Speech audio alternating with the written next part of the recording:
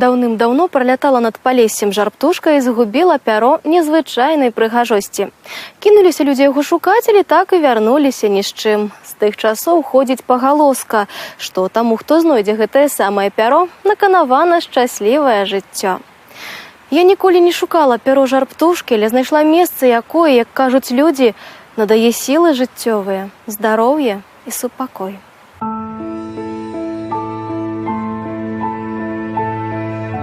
Это было году уже 5.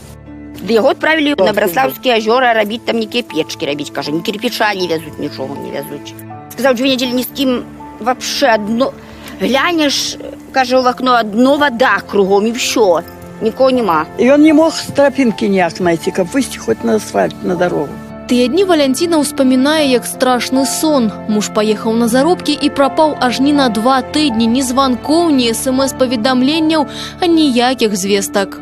Я сюды летела, меня ничто несло молиться. Я приехала на велосипеде, стала уже на коленки и стала молиться. Это было 2:30 ровно. А он говорит, мне нечто як дало по голове.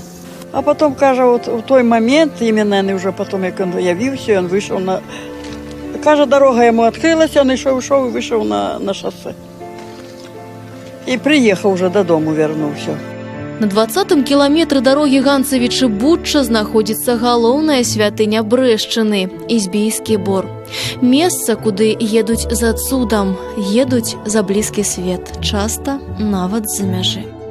До сих пор это место остается особым местом почитания многих. И все люди его знают, все люди его очень почитают и всегда сюда ездят. Во всех трудностях, проблемах, у кого не получается что-то сделать, дела какие-то, у кого брак не получается, у кого-то детей нет. Вот мы недавно крестили одного ребенка, молодая семья, приезжала сюда на протяжении 3 лет и молилась. Детей не было. И вот у них родился ребенок. И они попросили, вот 1 раз мы покрестили здесь ребенка. Калісьці на гэтым намоленым месцы стаяла царква ў гонар Прасвятой Багародзіцы, а побач білі святыя крыніцы. Людзі прыходзілі сюды за гаючай вадою, якая вылечвала і надавала моц. Здесь была церковь, и больных везли на подводах, и некоторые просто ползли на коленях, чтобы вымолить здоровье для своих родных у Божьей Матери. Ну и когда вот это чудо случалось, конечно, хорошая молва, она быстро распространяется. Урочышча Ізбійскі бор літаральна абвеяна легендамі. Тут ходзіць вялікая колькасць шматлікіх версій. Пастух пас коров в этих окрестностях и на сосне увидел икону. Конечно, это было чудо. Икону переместили в церковь в деревне Денисковичи, но прошел день, икона опять появилась на утро на сосне, и так 3 раза. Поэтому это был знак, в этом месте необходимо строить церковь. Церковь была построена. А нашли икону, по преданию, вот на этой сосне. Вот на этой иссохшей, такой вот совсем-совсем старенькой сосне. Но она держится, вы видите, какая она старенькая, но тем не менее были бури у нас, был ураган, а сосна стоит, несмотря ни на что, стоит. Можно прикоснуться, и кажется, что она, эта сосна, она теплая. Пазней аднаму вельмі набожнаму чалавеку з Дзяніскавіча ўявілася ўва сне Маці Божая і сказала, што будзе дапамагаць усім, хто прыйдзе да яе за дапамогай у Ізбійскі бор. Так на гэтым месцы з'явілася царква. Гэта было яшчэ ў 1861 годзе. Люди, поселяне этого места Денисковича были очень благочестивые люди, всегда соблюдали церковные праздники, уставы, посты, жили мирно, дружно, трудились, были гостеприимны, вот, и благочестивые люди.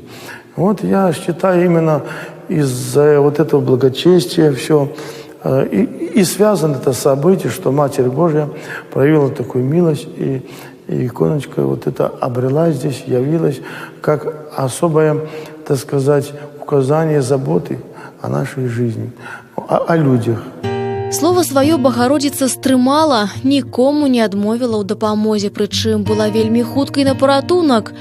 Але на вялікі жаль, вялікая айчынная вайна не пашкадавала святыню. Знікла ікона, перасохлі з часам і крынічкі.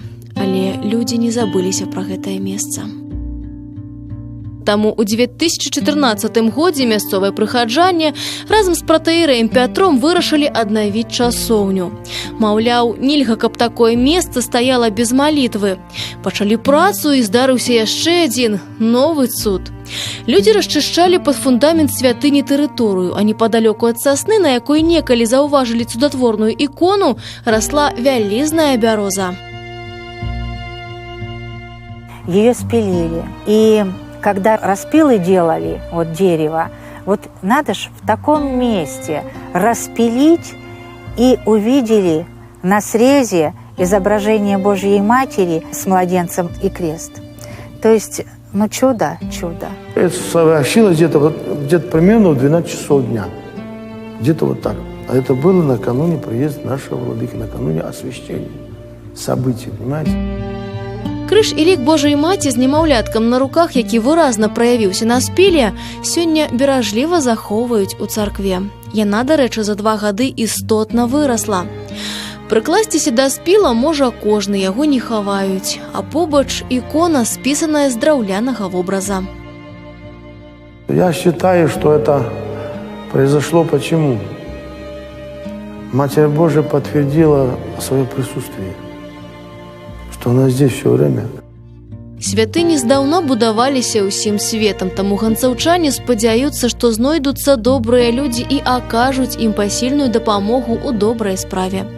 Дарэчы, настаяцель прыняў досыць сур'ёзнае рашэнне запісваць імя кожнага ахвярадаўца для вечнага памінання. І колькі будзе існаваць капліца, столькі будзе ўзносіцца малітва аб гэтых людзях. Царква ўжо стаіць, у ёй ікона. З часам тут з'явіцца і манастыр, і купель. Цуда, але побач зноў забіла крынічка.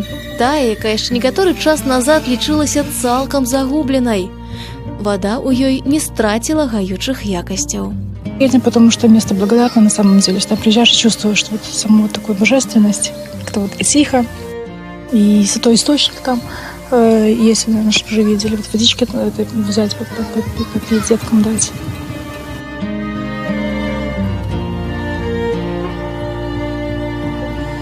Жывая вада змывала ўсе нашыя хваробы, нечаканы смутак. Да жывой вады спяшаліся прыйсці яшчэ пакуль нават птушачка над ёй не паспела праляцець.